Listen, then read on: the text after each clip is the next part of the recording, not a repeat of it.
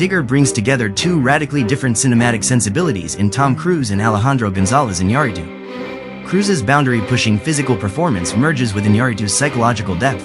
The film may look harsh and cold on the surface, but at its core it wrestles with identity, endurance, and inner conflict. The possibility of Cruise moving beyond his familiar screen persona is what makes this project especially compelling. Disclosure Day marks Steven Spielberg's return to large-scale science fiction. Almost nothing is known about the story, and that mystery is the film's greatest asset. Spielberg's approach to sci-fi has always been more about people than spectacle. If this film follows the same path, it could stand out as a strong alternative to the loud, shallow sci-fi dominating the landscape. Wuthering Heights is set to become one of the most debated literary adaptations of 2026. Emily Bronte's oft-adapted classic takes on a much darker and more unsettling tone in the hands of Emerald Fennell. Margot Robbie and Jacob Elordi add star power, but that's not the real point.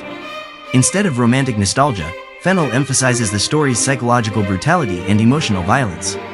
This film will either dominate awards season or reignite the "why did they touch this?" debate. There is no middle ground. Practical Magic 2 walks a tightrope between nostalgia and risk. The original film's cult status automatically puts this sequel under scrutiny. Sandra Bullock and Nicole Kidman's return excites longtime fans, but the film also has to speak to a new generation. If that balance fails, it will remain trapped in the past. If it succeeds, it could become an unexpected success story. The Devil Wears Prada 2 grabs attention with the return of Miranda Priestley. Meryl Streep stepping back into the role is an event on its own. The real question is whether the film is selling nostalgia, or whether it has something new and sharp to say about today's media, fashion, and power structures. If it captures the modern world accurately, this sequel could be even more cutting than the original. The Mandalorian and Grogu represents a historic step for Star Wars. For the first time, a television phenomenon moves directly onto the big screen. This film is more than a story, it's a test for Disney. Can streaming success translate to theatrical success? If it works, the cinematic future of Star Wars could be reshaped. The Dog Stars may become one of the quietest yet most personal films in Ridley Scott's career. Set in a post-apocalyptic world, the film focuses less on destruction and more on loneliness and human connection.